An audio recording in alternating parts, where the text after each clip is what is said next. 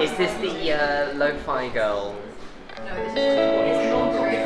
Oh, because there is. I think that one's also copyright free, which is the one I used to work to. Yeah. Good vibes. Huh? Really? Wow, that's a big moment. Is it caught on film in lo-fi? So what now? What are people going to study?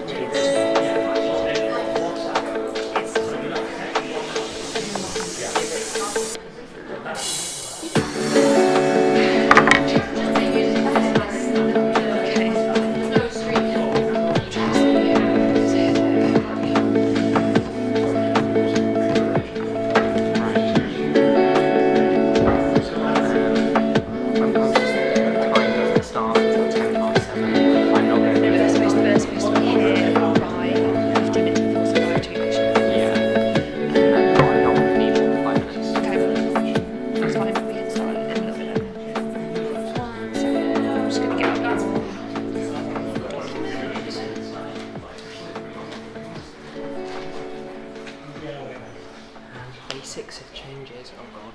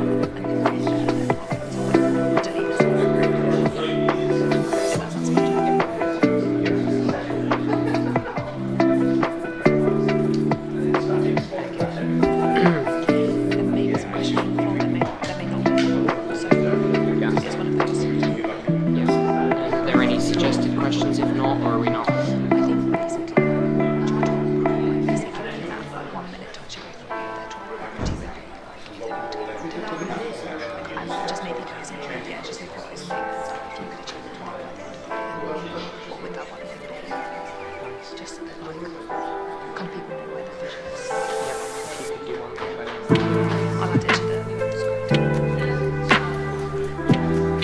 Just I think Chris. It's hard. Yeah. I think if you post it, it's like it's one thing you can choose, you know, it's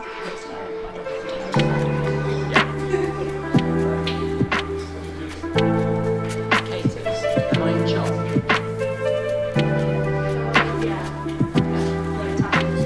Excellent. Okay.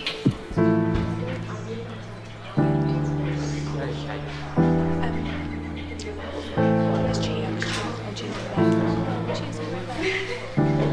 Gia, can come through.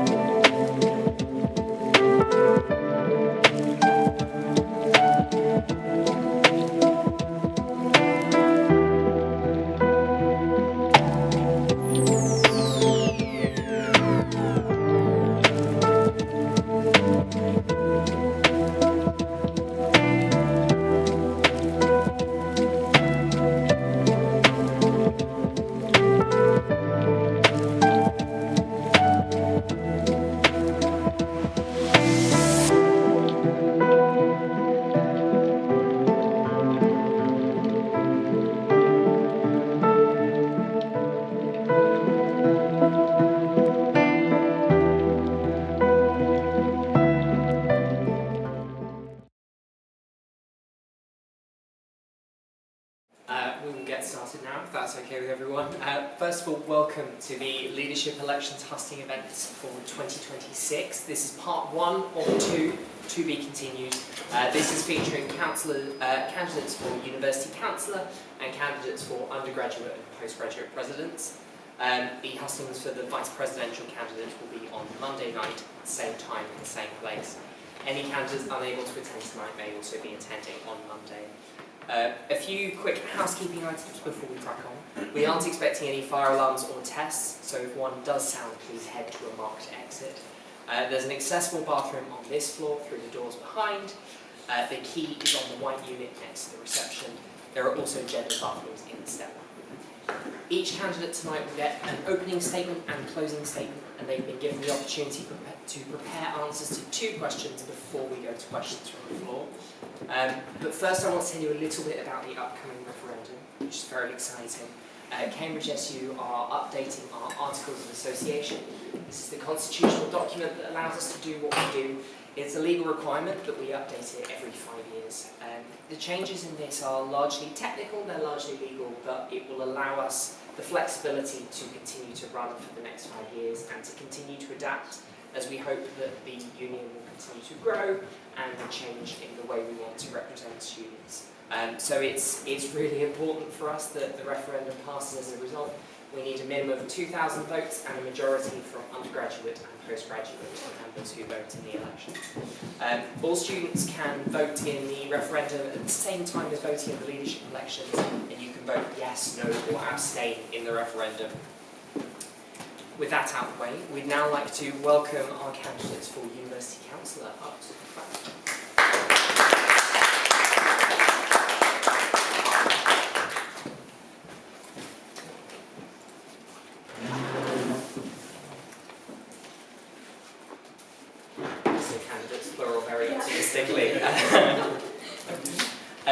I should say Masoma will be attending on Monday. Would you like to introduce yourself? Hi, I'm Beth. I'm running to be University Councillor. I'm second historian at Lucy Cavendish College. Brilliant, thank you, Beth.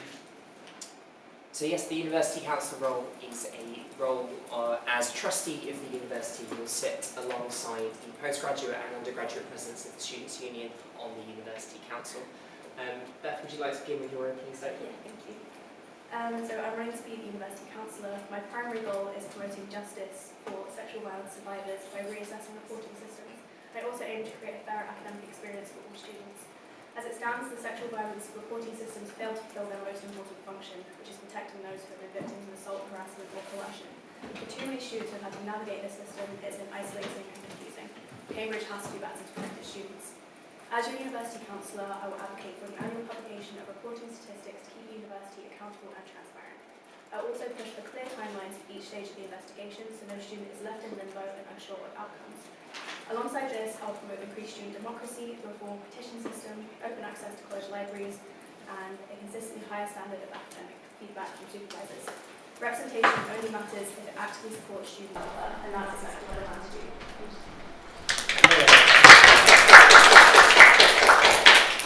Thank you very much. We'll begin with the first question that you've had a chance to prepare. So the first question is, what is the most relevant experience you have that makes you an ideal candidate for the role of University Councillor? So I've been involved in student advocacy consistently since sixth form, so I'm well prepared to fight for student-led causes. Prior to university, I led the student council and the SAT advocacy team, and since joining university, I have been involved in the Reproductive Rights Society, helping to organise events to amplify activist voices and draw attention to under-recognised women's health issues. This experience has made me well prepared to engage with student concerns and translate them into practical demands. I hope to use this experience to challenge university management and bring student voices to the highest level of decision making. Brilliant, thank you very much. And the second prepared question is, the University Councillor role is more about your principles and values. What are your core values and how will you apply them to the role? So I know I've taken an unapologetically activist role angle in this election because I truly believe in the need for justice and accountability. As a survivor of sexual violence myself, I'm driven by this sense of injustice and I want to do everything I can to make things easier for those who have experienced this at university. I plan to advocate tirelessly for the university to do better to support victims, and I don't want anybody's experience to be defined by disappointment or frustration with reporting procedures. I also wholeheartedly believe in bottom-up rather than top-down change, so I plan to work collaboratively with survivors and relevant societies to help drive the change that students want to see, because this campaign isn't about me, it's about rebuilding trust in the university through student representation. Brilliant. Thank you very much.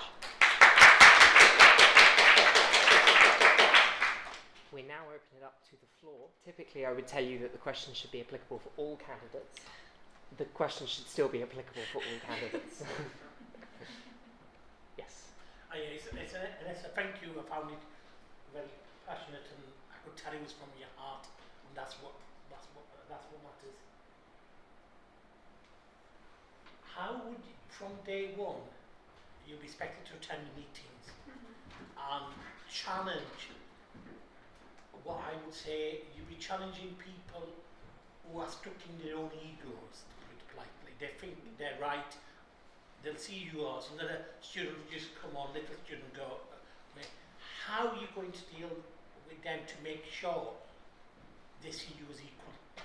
Okay, so I think me being elected in the first place on this platform will give the management a sense that this is a really important issue for all students, and they'll know that I would have significant student backing, and a lot of people think that this is important. So hopefully that will give me some kind of credibility from the get-go. Because I plan to work with students and society, If they're asking if this has enough support, I will have this evidence ready to go. So they will know that this has enough student support and people will be lobbying the university to make sure this is done. Brilliant. Thank you very much. Are there any other questions? No? Wonderful. In that case, we'll move on to your closing statement then. Thank you so much for listening to my ideas so far, and I'd like to close by emphasising my commitment to collaborative student-led change. While I'm running primarily on a platform for sexual violence justice, I plan to push just as strongly for improvement to students' academic experience in my ideas for a higher standard of supervisor feedback and open access to college libraries. I also believe strongly in student democracy and will promote a petition system to bring student concerns directly to management. I plan to work constructively with the university, but I'm also not afraid to challenge it when I feel that it is falling short. The university has a responsibility to protect its students and to respond effectively to student concerns, and I promise to be a strong voice on the council to hold it to this standard. Thank you so much for your consideration, and remember to bet on Beth for a fairer Cambridge. Thank you.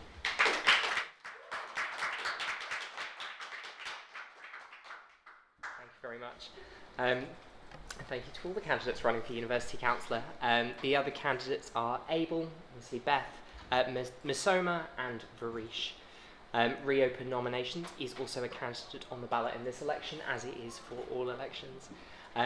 Next up, we will do the candidates for postgraduate president, but we will take a short break before then. Thank you very much.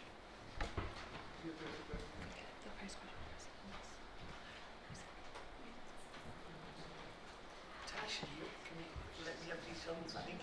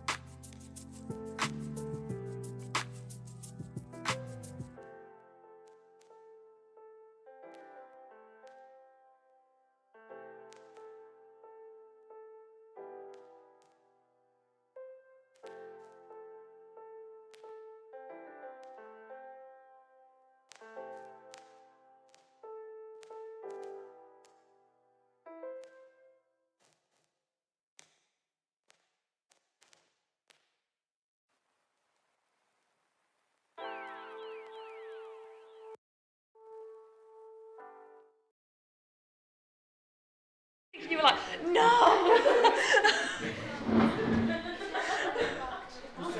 Yeah, just as he leaves, we're like, no, we're going to start it. Yeah, we How many finished quite early standing with the university post-graduate? councillor, Four. so Yeah. We've got a lot more dresses here, haven't we? Yeah. I did promise you that last year. I Yeah. said, I get involved, we get We more. did. We'll go next year. Just in case. Just people see somebody who shouldn't be here. And they're like, I can do it. When, if he can, that idea can do it, I can. right. I'm sure he's doing a lot of work anymore. I try. I know you. I try. That's Your right. notifications muted until 9:12. Yes. Very specific. It's because I muted them at 7:12. Oh, okay. That's fair. Hey folks, remember, taking part in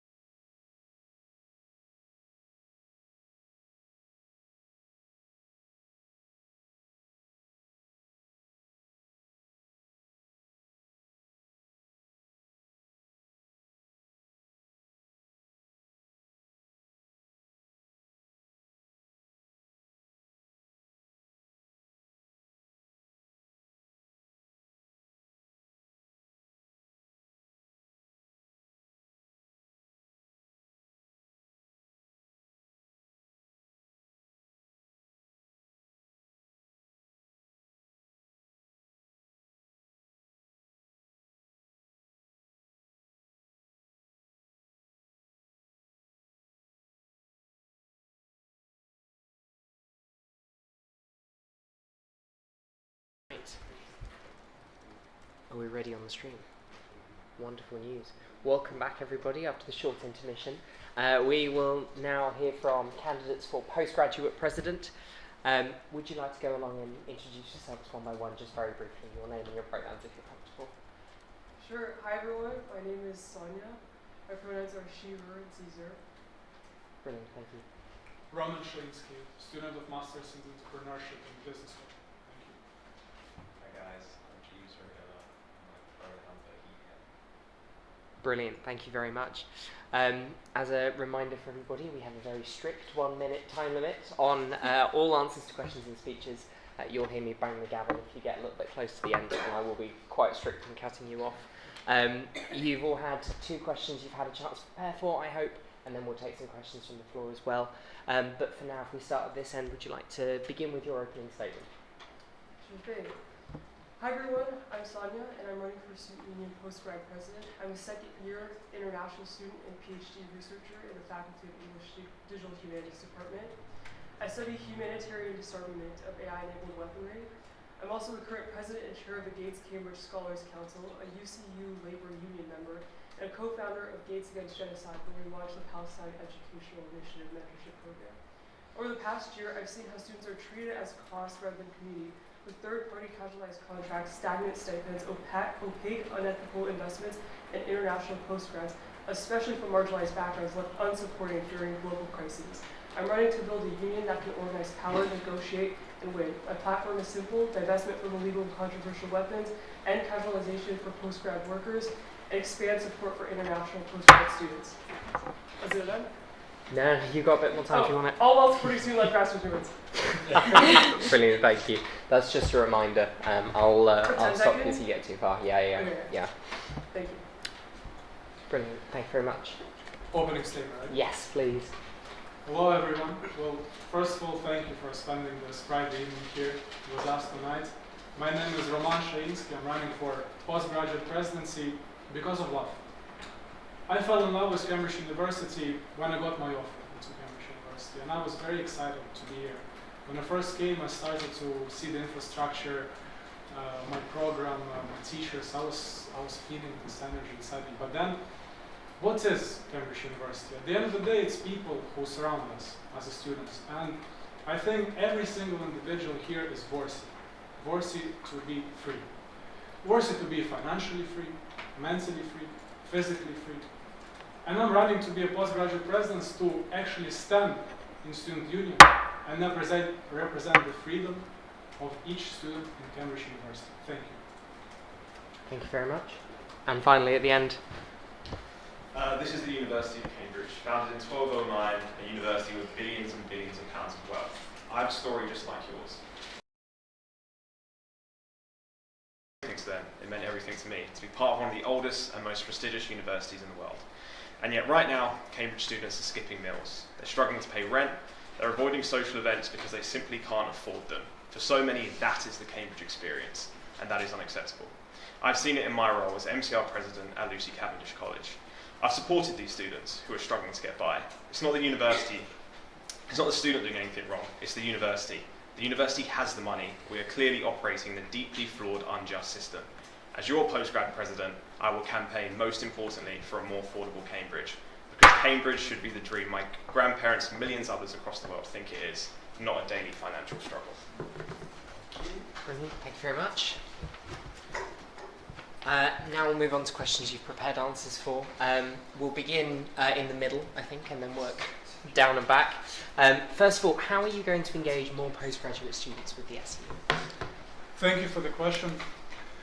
First, in the digital era that we're living in right now, we all used to email communications, Instagram, social media messages, and me as a student, that's what I experience right now as a communication from the student union. I disagree with that approach. I think speaking to people face to face, live on college campuses is very important. And this would be my primary method of how they're communicating to students. I'll organize pop-ups in every department and in every college, where students can come up to a pop-up, raise any issues that in their concern, and they can actually speak to the representative, whether it will be myself or any other student union representative, face to face. I think we should not lose how much time they have? 15 seconds. 15 seconds. And it's only one of the things. But I would also encourage all the other societies to be promoting student union events, and there's many, many more, which you can read on the website that I have on my brochures. Thank you. Brilliant. Thank you very much. Jeeves. So there are two things on this. First, properly engaging MCR committees. This is the Cambridge SU. It's a collegiate system where postgrads experience the university through the college. So if the SU wants to matter, it has to work with MCRs. As Lucy MCR president, I've seen the need for an SU, and I've already built relationships across colleges, but the SU should be that intercollegiate infrastructure. We need regular consultation with MCR presidents, officers, and that comes from the SU postgrad president building real relationships with them. When I attend student council meetings now at the SU, there are very few MCR reps. That is a problem, and I think I have the experience of being an MCR president, and because of that, I can bring MCRs back into the decision-making process. Second, focusing on what students care about. For the students I engage with every single day, that's affordability and cost of living. When the SU shows up for real problems and helps in daily life, students will pay attention. Thank you very much. And Sonia. Thank you.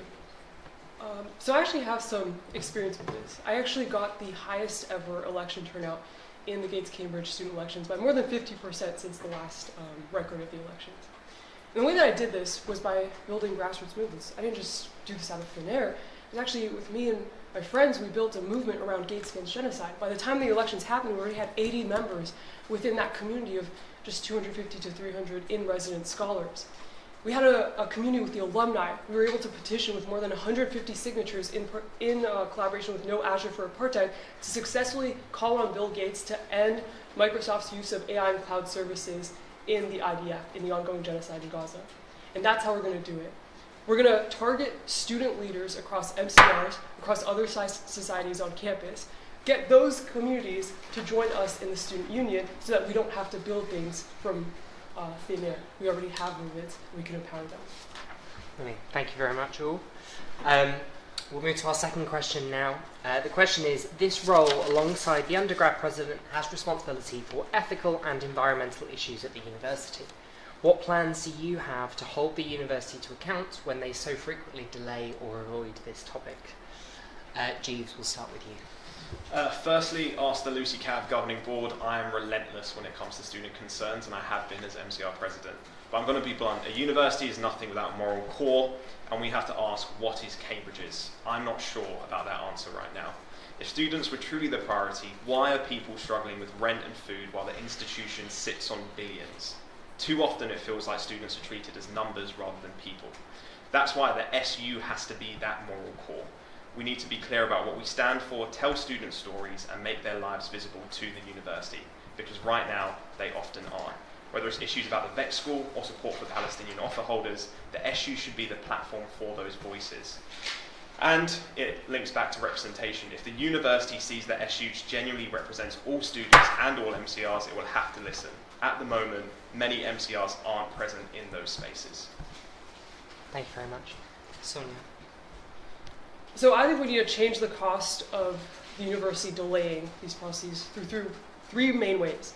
One, we need hard timelines on the initiatives that the University Council promises, because the University Council, there was 2 motions that were bumped to the Regent House earlier today that Varsity reported on, and they passed, went back to the University Council, and the University Council never enacted upon them.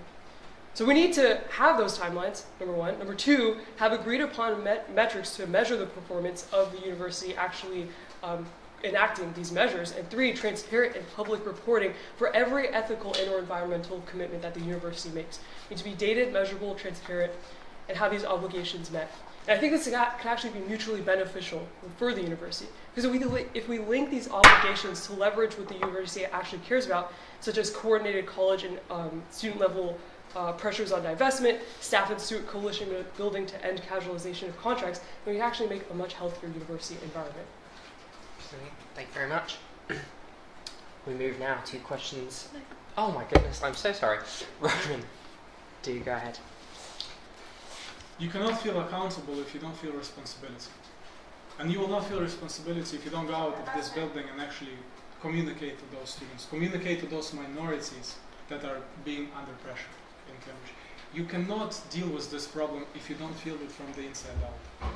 Me, as a founder of a company which have 200 active tutors, I talk to different backgrounds every day. I talk to black, white, Muslim, Jews, Christian. They're all wonderful people, but they all have different perspectives on the same things. And you cannot be good for everybody, but you have to try. You have to try listening to different perspectives. What I will do is I will actually communicate from the inside out. I'll be actually present on your college campuses, on your departments. I'll actually be going out and talking to you. My representatives will be going out, taking out live surveys, not just sent by an email, but in real life. We'll make sure that all concerns are written down, documented, and risen in the university concilium. Thank you. Thank you very much. Now we can go to questions to the floor. Apologies about that. Are there any questions for our candidates? Yeah. Is that okay? Yeah, of course. Great. So, as you know, we've had a new restructuring of what the positions look like. So we'll be collaborating not only with an undergraduate president, but also 3 sabbatical officers who have their own clear remits. Even though you're called presidents, you're supposed to see yourself in some way in allyship or alongside these other sabbatical officers. How do you see yourself collaborating with these other sabbatical officers as well as the undergraduate president to make sure there's harmonisation in the way that you actually work together, whether you agree or disagree on policies, and how do you actually make everyone feel empowered and aligned as a collective in organising together? With respect. You are able to hear everyone's opinion only if you respect truly within your heart everyone. And for example, if I'll be elected, I'm not biased about whatever anyone's religion or ethical background is. And I think in order to communicate clearly with sabbatical officers, you need to respect them and you need to hear them out and you need to clearly understand where the areas of responsibility of each person are. And you need to clearly outline, you understand what you should be accountable for. And if you see that you intersect with someone else's responsibilities or with someone else's duties, you sit down and you talk until you find the compromise which suits both of you, 3 of you, or whatever number of there. But main thing is with respect. Brilliant. Thank you very much. Jeeves. Yeah, I think what I'll say this is the SU has to respond with one collective voice. And it starts off by knowing, and as an SU and as an entity, what our values are and what our principles are, what our moral core is, and everyone as an institution sharing that moral core, sharing those values, and then taking it from there. I think that's so important. In terms of working every single day, I mean, these are our colleagues. That's what I'm saying. It's so important that when we engage with issues, for me, I mean, the big issue is affordability. It's cost of living. It's supporting students who are in colleges where it is most expensive to live in. Ensuring that all of us are on the same page as an SU, as a student body, when it comes to speaking to the university and the university hierarchy. Because I feel like any sense of fragmentation in that voice will be used as a sense that it isn't representative of students. And we need to make sure that we are representative of students. Thank you very much. And so you finally. I think that's a great question. It kind of sees, how do I view myself in this role of presidency? I don't think the role of presidency is to necessarily be a leader in the right that one might think, but it's more so to allow others to be their own leader, right, and to empower others. And I think we can do this by finding the common ground, right? We're working with so many different moving parts. I think that's a beautiful thing. We get so many different perspectives. We get so many different diversity in our thoughts and our opinions to make sure that we're really well informed and moving forward. And I think really I'd like to facilitate finding that common ground so we can really push forward. We can really move with intention when we know what we want to do. I have full trust and full faith in our community that they, the undergraduate president and other members know exactly what we want. We're all on the same page. We want a free Palestine. We want what's best for our students. I think we can easily achieve it. Thank you very much. Would you like to ask a question? One simple question. First of all, I appreciate all of you guys for your willingness to become a president, because it's always a thing when you sacrifice a part of yourself to make the community better. But my simple question, what will change For instance, when somebody becomes a president, or when people are choosing someone to become the president, they won't change. They don't like something and they want it to get better. What will you make better? In simple terms. Very simple and very short. Sorry, could we restart with saying Of course. Let's fix it up. Do I start? Yes. That's a great question. And I think that's a question I get asked a lot, which is, in relation to why do you organize? Why do we organize, right? Change seems so slow. But I think that's how we do it, is we mobilize the masses, right? We get people involved, we get students involved. And there's a lot of change that I would like to have. The most important change is divestment of the Cambridge University Endowment Funds, the CUEF, which we're so close in, right? The University Council is almost going to go, it might go to Regent House, we don't know, but I think we're so close, and that can actually happen within the next year, and I have full faith that it will. As for other students and their priorities and their grassroots movements, I think allowing them and empowering them to be their own leaders and allowing the SU to facilitate that in order to bring their concerns or their movements up to the University Council movement in order to also enact that change and amplify across a bunch of different student communities is also the way to go. So it's not just my change, but everybody else's. Thank you very much. Roman? In terms of the... Oh, sorry. Roman. No, sorry. Myself? Yes. Sure. When I was today, we were allowed to start endorsing ourselves. When I was coming out to people, and my first question would be, how much of involvement you feel from the student union right now?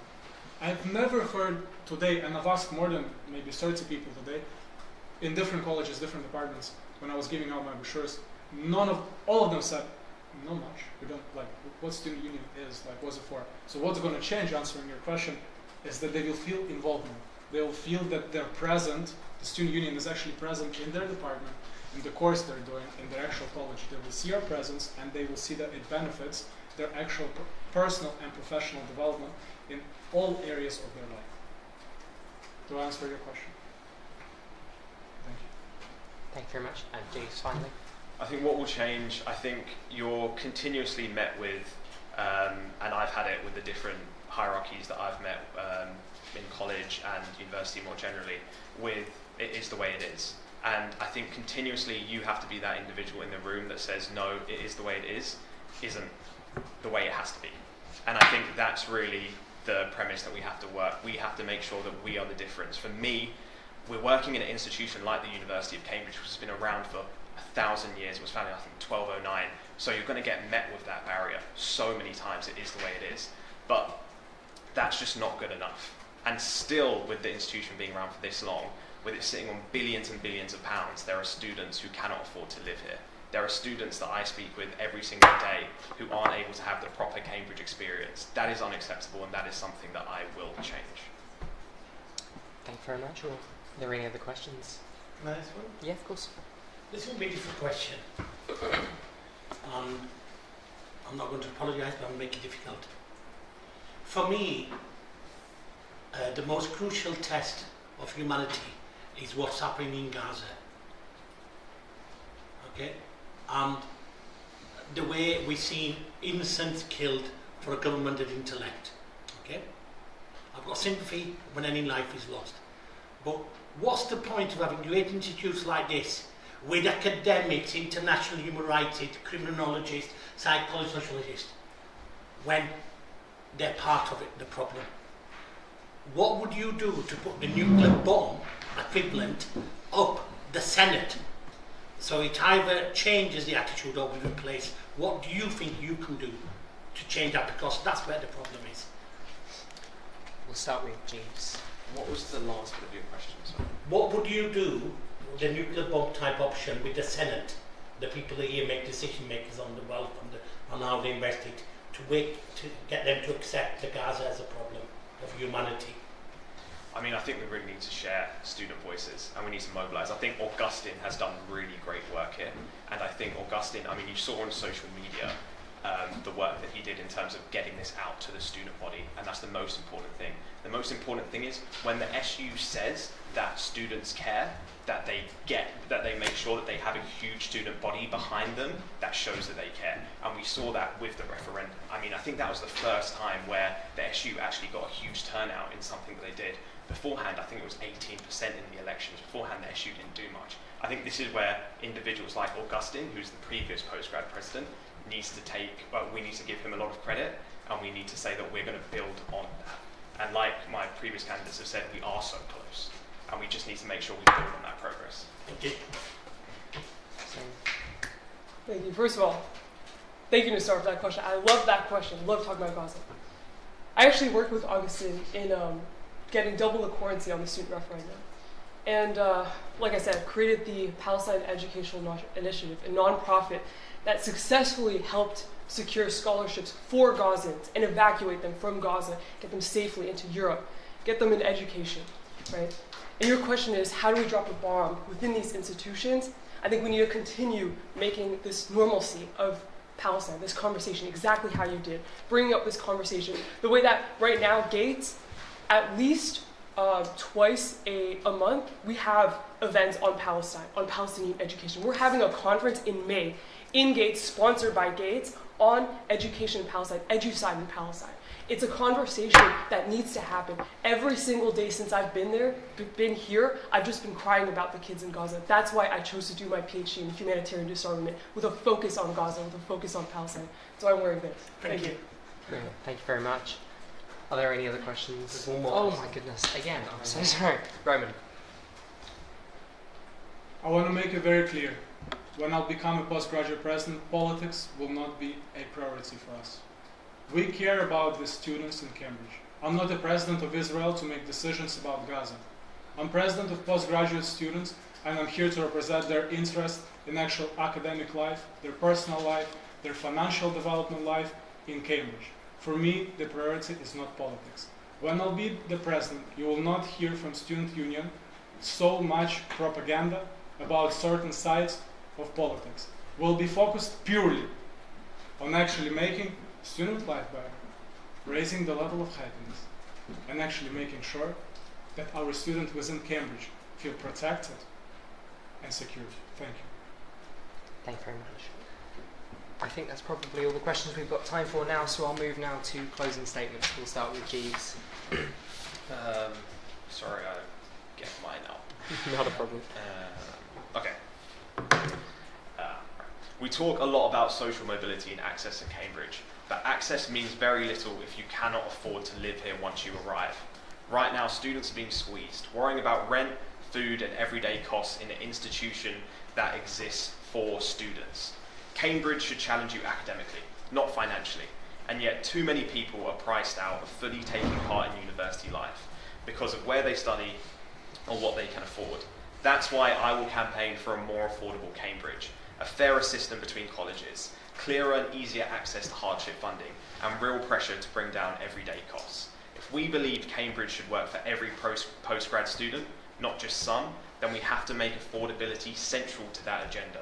If you, like me, want to change this unfair system, vote for Jeeves. Thank you very much. Sonia.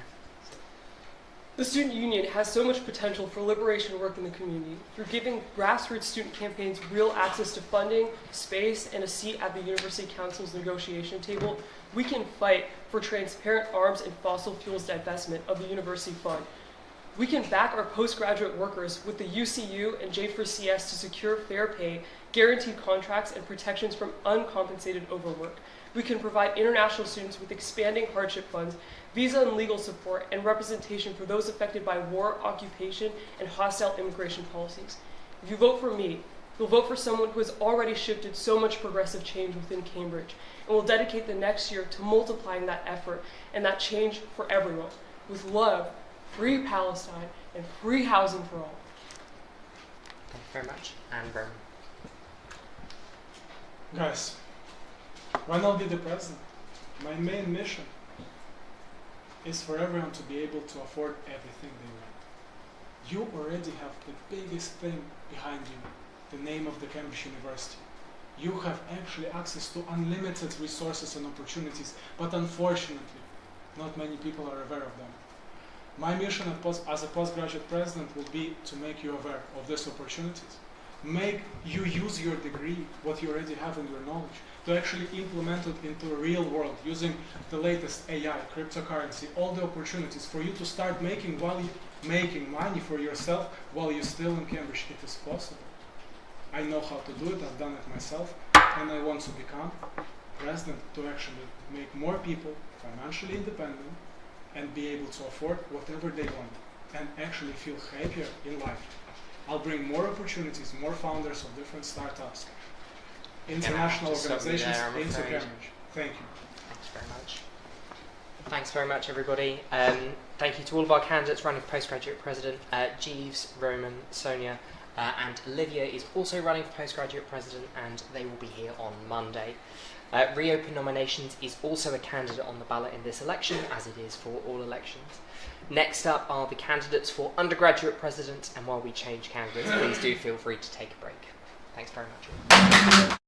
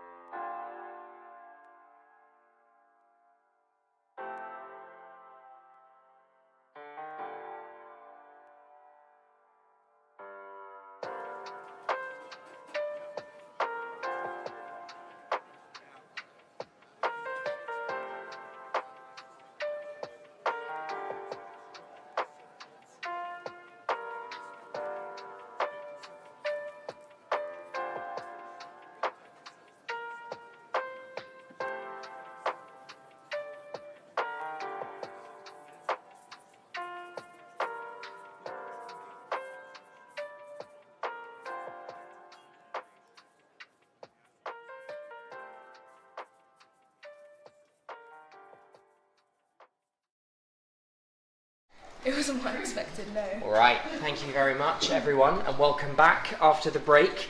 We've now got our candidates for undergraduate president. Would you like to go along the line and introduce yourselves one by one? Yeah, fab. I'm Melanie. I'm the current Liberation and Welfare Vice President, and I use they, them pronouns.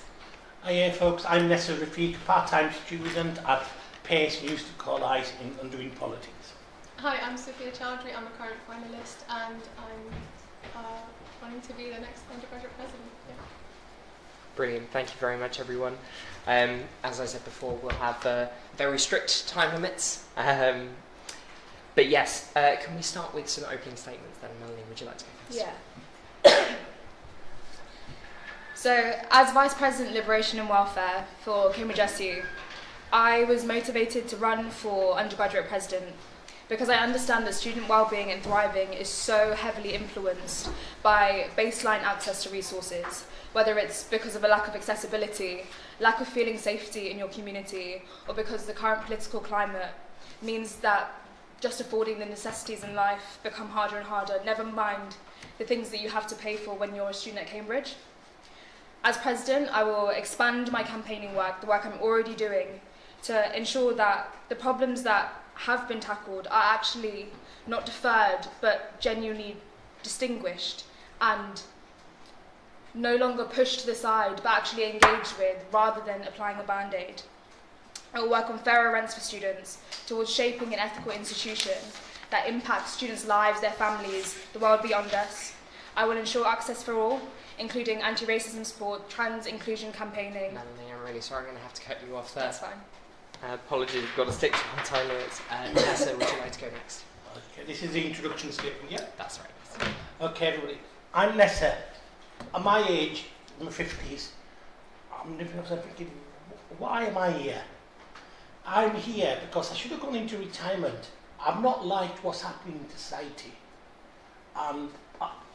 Education for me when I was younger happened, but it was more or less second rate. It got given out, but you poor people can study.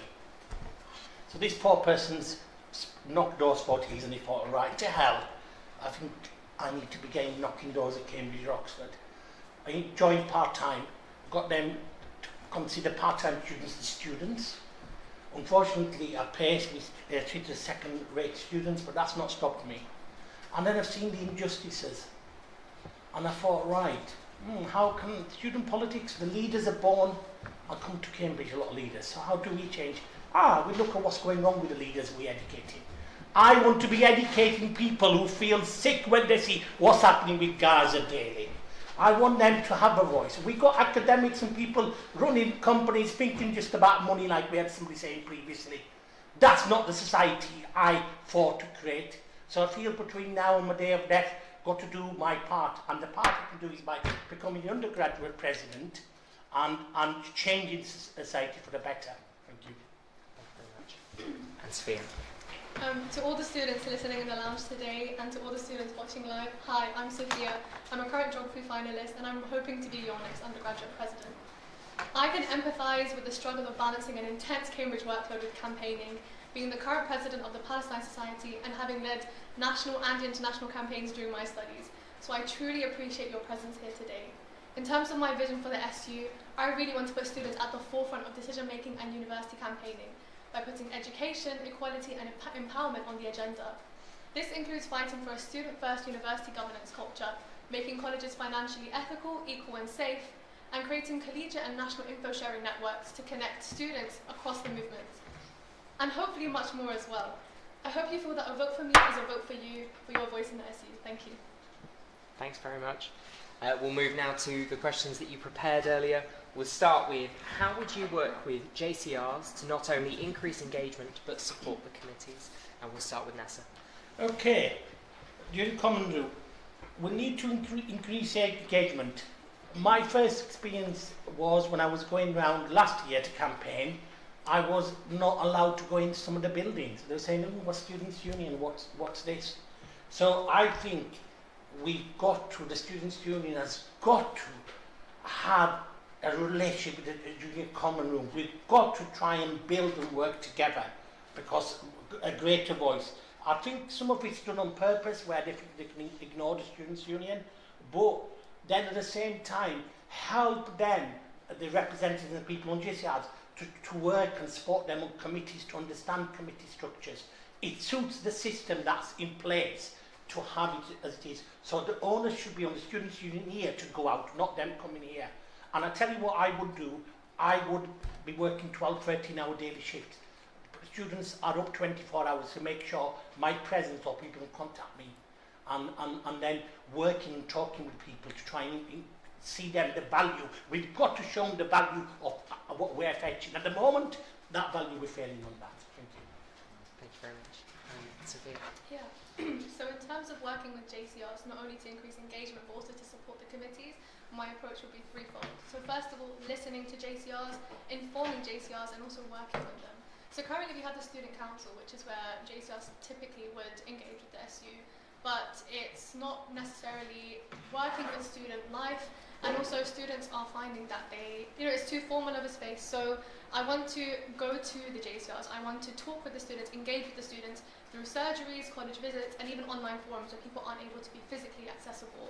And then informing JCRs. So one of my biggest manifesto policies is to create a database of information across colleges. One thing we found in divestment campaigning is that when precedents are set in other colleges, it's really effective in pressuring colleges to follow suit or to take inspiration. And then working alongside JCRs, so making them feel like they have a voice in the SU. And so hopefully that will encourage people to vote for me to be their next undergraduate president. Thank you for listening. Thank you very much. And finally, Melanie. Yeah, so having been in the role for the past few months, I think what I've really realised is that what's incredibly important in engaging JCRs is proactiveness. I'm part of the induction working group because I really care about making sure we have a sabbatical officer team that know how to reach students from the get-go. And part of that isn't just being at student council when it arrives, but actually making sure that presidents, undergraduate and postgraduate, as well as the sabbatical officers, have actually already gone into colleges, met freshers, met with presidents before they even get there. And also making sure that you meet JCRs where they are. So actually engaging with the breadth of issues that students care about. So engaging with the fact that many students care about arms and fossil fuel divestment, engaging with the fact that some people care about just the supermarket, and also engaging with society students and encouraging those students who don't engage with their JCRs to find ways engaging with their JCRs. So my college divestment training has been such a brilliant example of how I've worked with students on the ground and encouraged them to work with JCR presidents. Thanks. Thank you so much. Fab, that's our first question. For the second question, this role alongside the postgraduate president has responsibility for ethical and environmental issues. What plans do you have to hold the university to account when they so frequently delay or avoid these topics? Sophia, we'll start with you. Yeah, so as someone who, through my work as the president of the Palestine Society, through also working with other universities on their divestment campaigns, I completely empathise with students and their frustrations with the delays in bureaucratic university governance bodies. So I have, a threefold approach. First of all is to be transparent with students. Students need to know what's going on in these bodies in order to maintain effective pressure. So the second step is to maintain pressure. I want students to feel like they are constantly being engaged, not as reactive recipients, but more so proactive agents in the process of making these policies. And then also work with exemplar universities. So one big thing for my vision is to work across national networks, which I'm already engaged in. And I know that the SU is doing great work with the groups like the Russell Group Student Unions. So looking at groundbreaking policy in other universities and taking those precedents and showing the university that it is possible and that they do have a mandate both from their students and also from national examples too. Thank you very much. Thank you. Melanie. Yeah, it's lovely to see that the work that we've done with RGSU is really visible, because I also agree it's really important to harness the networks that we have available, particularly honing in on university spaces and progressing that change. I think what's really important is that we recognise that what's happening in the room is really important. What we do in our role is really important, but what is incredibly important is what's happening outside the room, because that shapes the context in which we have the conversations in. Having been an active member of the encampment, part of so much organising as part of Cambridge Palestine while I was a student, and now being in those bureaucratic rooms, I can really recognise the value in being someone in that room saying, like, I can understand what you're saying, but students are angry and students will keep mobilising if you don't make a change. And those are positions to be in that allows us to have an incredible amount of leverage, and that's how you really progress ethical changes in the university. Thank you very much. And finally, Nasser. I'm sad to say, this Senate we've got and the people in running here, they didn't want us to discuss Gaza and we've had to fight so much, because we've got so much good work. They only know one language. We need to make sure we've got the best pro bono lawyers and people telling us. We need to tell them, you're going to do it. If you don't do it, there's the court case, judicial reviews and things. It's about time they saw legal action against them. If they can take legal action to ban people. We haven't got time while people are dying, while they think it's okay. And why are we not seeing publications from them criticising and saying the ethical, where's the human rights of top lawyers we've got, academics, I don't want to write about genocide in history, I want them to write about it now, what's happening. Because the fact is, for me, that's showing these people have got no morals. And they're not the people I want leading this institute. Because the Cambridge message should be worldwide. Everybody knows that Cambridge and Oxford should be we're caring, and we're going to deliver leaders for the future who are going to be different, not the leaders we've got, which we've delivered from the past. That's where the problem, we've been too nice. The clear message is, vote for me, and I'll show these buggers, and I won't, they're into time. Things need changing now. So I'm putting them on notice if I win. They're putting on notice, thank you. Vote for me. But even if you don't vote for me, these two good candidates are good. Vote for somebody, use your vote. Thank you. Thank you very much. So that's our prepared questions. We'll now open it up to the floor. Does anyone have any questions for our candidates? No. Oh, yeah. So I suppose when I speak to people and I tell them about running for SU postgrad president, they do say, whatever, I don't even know so much about SU. But they also, the people that do, they tend to have a bit of a distrust around the SU, and I think that's because of a historical distrust. Because of the history, recent history of the Cambridge SU. What are you guys going to do to rebuild that trust? Because it seems like it's more of just not being engaged. It is a lack of trust, so it's a bit deeper. We'll start with Melanie. That's really funny because if we had time, that's a question I would have asked the PG presidents. Because when I was when I was JCR president in my college, I was entirely distrusting of the SU. I didn't engage with it at all. More than students didn't want to. And actually, that was while I was part of the women's campaign. So the lack of distrust is really embedded, it's really deep. But what we've seen in the election last year, when we had this election last year, was the highest engagement we've ever had in student politics in the SU. And that's because we had candidates that cared about issues that students cared about, and we actually engaged with them. Like, I went back to my college today, and people were so excited to hear me running for undergraduate president, because I'd built that trust with them when I was JCR president, and they've seen the work that I've done as undergraduate, as Liberation and Welfare here, and it's doing that work, it's showing that work, and making sure it actually reaches every single student. That rebuilds that trust. Yeah. Thank you very much. Nessa. No criticism on these current office holders, that's my question. It's been a cosy club where it's about people come here, they get involved in the Labour Party, Conservatives, or the Liberals, or the Greens, then they could see the links, they can use the job references. I'm not here because I need a job, I'm here because I care. I'd rather be in bed, but the issues are really upsetting me. And that's why I've got up to study, to become relevant, and for me, there is no relationship between students' union here. It's a poor voting record. We've got a lot of work. We are more or less 0.0. A lot of work to build the trust. And trust gets built by having candidates like we have got, people who aren't part of the system. We need to show we're not the system, we're not property of Cambridge University or the Students' Union. We are independent-minded who want to change the world. That's how we win. And that's what you've got to vote on. But hold people to account. If I win, or others do, if we don't deliver, do a vote of no confidence, 3 months, get rid of us. Because you're not holding us to account. And we rely on the lack of involvement.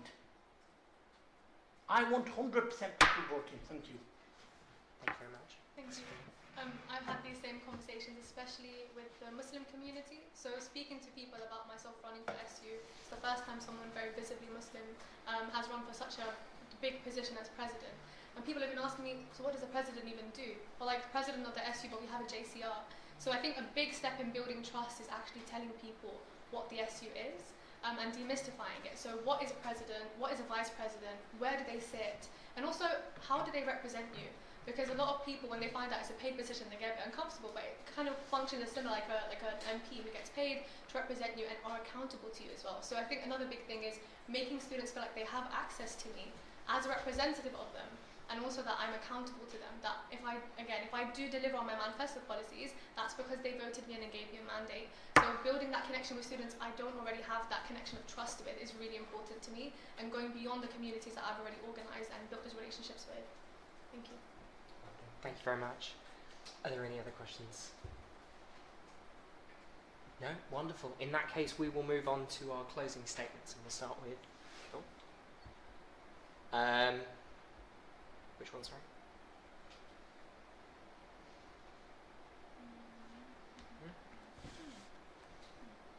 Oh, yeah. We have time, because we're running early. So we've got one more question for you. If you were elected, what one thing do you hope to achieve by the end of your year as a sabbatical officer? Say something? What one thing would you hope to achieve by the end of your year as a sabbatical officer? Nessa, we'll start with you. Should I go first, yeah? Yeah. Building trust. I want to, by the time I finish, I want to see more people fighting for these positions. Look how many people come here. This is supposed to be the Cambridge Students' Union. Elections, it should be the talk of the town, the talk of the students. And I want next year, if this room isn't full with 500 people, I will have failed. I want about 5 or 7 people fighting for his position. And I want people who are going to go and then change the Cambridge story. Because vote for me, we're going to grab the Cambridge story, put up a nuclear bomb above where the Senate is, so they know they'll be not comfortable. Talk Chris Smith, who's the Vice Chancellor, and say, you lot failed us in the past, we don't want you. We are the new voice and we want to change society. So, measure me if next year, if I haven't got 500, I'll go as far as saying, if I haven't got 500 people in this room on participating, I'll give 50% of my salary back to a charitable cause. That's how confident I am I'm going to change things. Thank you.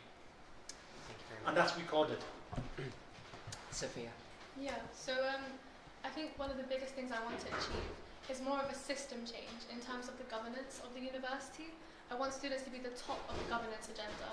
Students' education, students' wealth, students' well-being and students' aspirations. And I want this university to become for the students and not for profits, which is what we see happening across our campuses, across our departments, across JCRs and colleges. So I really want to put students first, students back on the agenda, and everything that students care about.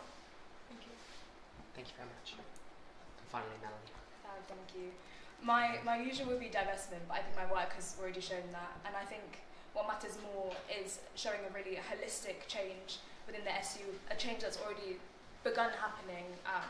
For the first time, we're finally seeing students beginning to engage, sharing our grievances, and actually what I really want to see is us doing work that's not just shaped by what the sabbatical officers want to do, but shaped by what our representatives want to do, being in a position where sabbatical officers are having to listen to the student body because their voices are louder than theirs.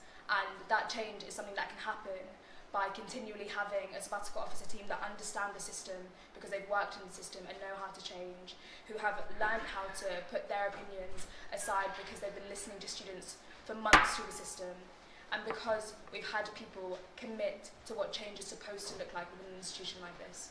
Thanks. Thank you very much. Brilliant. In that case, we will move on to closing statements. Sophia, would you like to go first? Yeah. I want to re-emphasise that your voice belongs in the SU. To the students that see things changing around the university and feel powerless to do anything, I've been that student. To the students wanting to make a change but juggling 1,000,001 duties, whether that's societies or your studies or even laundry, I am that student. Or to the students who pour hours into organising, only for decisions to be delayed away, I say that we can be a different kind of student. Students who are well connected across colleges, empowered with information, in contact with an SU that meets you at the things you care about and takes the load when things get difficult to bear. For an SU that puts you first, fights for education, equality and empowerment. Choose me as your next undergraduate president.